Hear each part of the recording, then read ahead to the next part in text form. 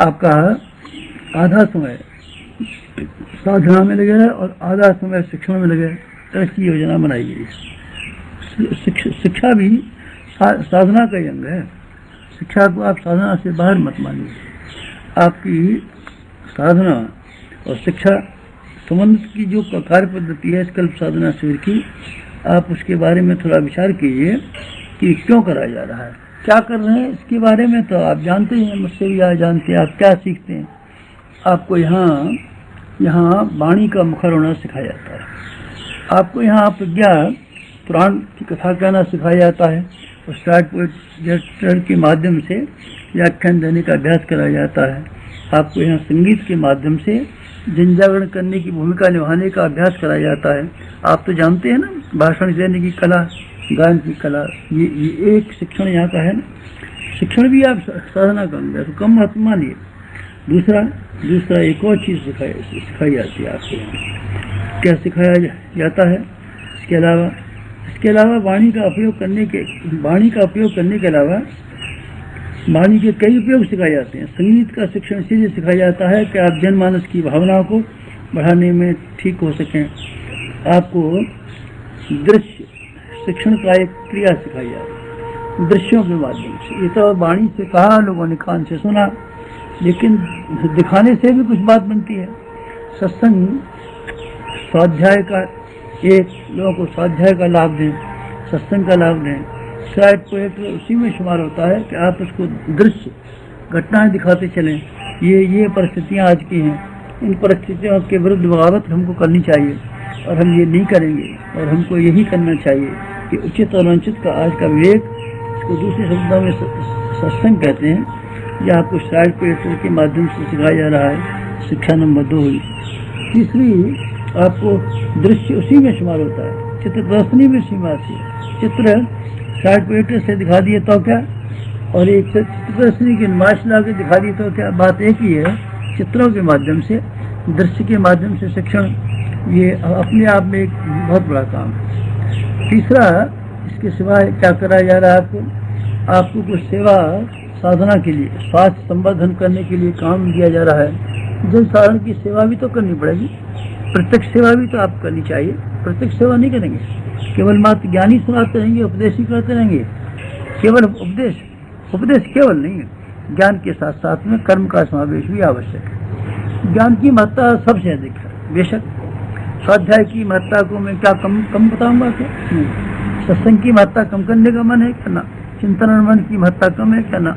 लेकिन एक बात आप ध्यान रखें, केवल मात्र ज्ञान के साथ, ज्ञान अपूर्ण है, के साथ साथ में कर्म का जो रहना बेहद जरूरी है। कर्म और ज्ञान जब दोनों मिल जाएंगे तब बात बनेगी। ध्यान जप के साथ साथ में आपको सेवा कार्य करना नितांत आवश्यक बताया गया है। अपने मिशन में ऋषियों की प्राचीन परंपरा को अनुकरण करते हुए साधना, स्वाध्याय, संयम और सेवा, इन 4 चीज़ों को समान रूप से महत्व देने के लिए बताया गया है। आपको अपनी साधना में सेवा का भी समावेश करना पड़ेगा। सेवा किस तरीके से करें? सेवा से मतलब है प्रत्यक्ष सहायता। ज्ञानदान भी जो सेवा है, लेकिन यहाँ ज्ञानदान और ब्रह्म विद्या की बात नहीं चल रही है। चल ये रहा है कि आप लोक मंगल के लिए जनसाधारण को की सेवा कैसे करेंगे। आपने जो समाज से ऋण लिया है उसको चुकाएंगे कैसे? आप लोगों को ऊंचा उठाने के लिए करेंगे क्या? ये भी तो एक काम है आपके जो में, ये भी साधना करेंगे। इसलिए एक काम ये है कि आप दूसरों की कुछ सहायता कर पाएँ। सहायता कौन सी कर पाएँ? जैसे ज्ञान की साधना एक चीज़ है, आप किसी आदमी का ज्ञान बढ़ा दें तो उसकी असली सेवा हुई। ज्ञान के बाद दूसरा नंबर आता है स्वास्थ्य का। किसी आदमी की सेहत खराब हो रही है, आप ऐसी नसीहत दें, ऐसा तरीका बताएं अथवा कोई चिकित्सा कर दें जिससे कि उसका खोया हुआ स्वास्थ्य फिर से मिल जाए। तो दूसरे नंबर की सेवा है। तीसरे नंबर की सेवा जो आजकल सब लोगों ने सबसे पहला नंबर दर्जा दिया हुआ है, वो है जिसको पैसे की सहायता कहते हैं। पानी पिला देंगे किसी को, ठीक है, पिलाई। फिर क्या करेंगे? हम ठहरने का इंतजाम करेंगे धर्मशाला, वो भी ठीक बात, अच्छा की। और क्या करेंगे? हम शराबत खोलेंगे और शराबत में रोटी पानी खिला, फोकट की रोटी का इंतजाम कर देंगे। चलिए, ये भी अच्छी बात। धर्मशाला बनाने से लेकर के शराबत लगाने और प्याऊ लगाने तक के ढेरों काम ऐसे हैं जिससे कि एक आदमी दूसरे की सेवा किया करते हैं। लेकिन इन सारी की सारी सेवा में ज्ञान की सेवा सबसे बड़ी सेवा है। ज्ञान की सेवा से आदमी का जीवन बदल जाता है। वस्तुओं की सेवा जो आजकल सबसे बड़ी मानी जाने लगी है, वास्तव में सबसे बड़ी है नहीं। इसकी कोई निंदा थोड़ी करता है। ये थोड़ी कह रहे हैं कि आप किसी की सेवा मत कीजिए, या किसी को पैसा मत दीजिए, या किसी को रोटी मत खिलाइए, या किसी की दवा दारू के, ये कौन कहता है? पर मैं तो क्वालिटी की बात कहता हूँ आपसे। ये क्वालिटी में ये धन के द्वारा शरीर की सहायता, धन के द्वारा शरीर, धन के द्वारा शरीर की, धन के द्वारा शरीर की आप सहायता कर सकते हैं। बस धन किसी की जीवात्मा को ऊंचा उठाने में मददगार नहीं हो सकता।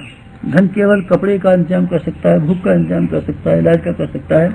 ये शरीर की सेवा है, आत्मा की सेवा, मन की सेवा, आदमी की उज्जवल भविष्य की। ये तो सेवा केवल ज्ञान से ही बन सकती है, लेकिन ज्ञान भी अपूर्ण है। आदमी सेवा न करे, लोगों का स्तंभ अपना खर्च न करे, केवल ज्ञान ही खर्च करता रहे, जीव को ही चलाता रहे, प्रत्यक्ष सहायता के लिए किसी काम ना आए, तो भी बात बनती नहीं है।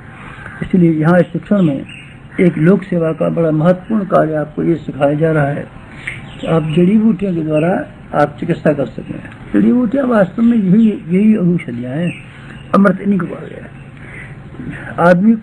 आदमी जिंदा रहता है तो भी वनस्पतियों पर जिंदा रहता है।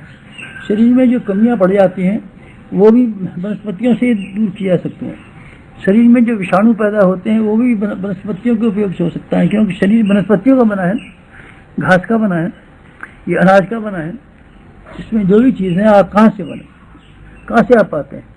अन्न से पाते हैं, फिर जल से पाते हैं, दो और कहाँ से पाते हैं? जो कुछ भी शरीर के भीतर है ये सब मिट्टी का है। मिट्टी की सेवा करना अच्छा तो है, जरूरी भी है, लेकिन वो पर्याप्त नहीं है। लेकिन तो भी इसको करना तो चाहिए। इसलिए लोगों के स्वास्थ्य को संवर्धन करने के लिए जड़ी बूटी आपको चिकित्सा सिखाई जा रही है, ताकि आप जड़ी बूटियों से न केवल बीमारियों का इलाज करें, बल्कि जो भी आपको इलाज के बहाने आपके संपर्क में आए उसको आप ये बात सिखाएं कि संयमशील होना पड़ेगा। स्थायी निवारण करने के लिए दवाएं काफ़ी नहीं है, ये टेम्परेरी रिलीफ तो है, पर ये स्थायी समाधान नहीं है। स्थायी समाधान के लिए ज़रूरी है कि आदमी संयम सीखे।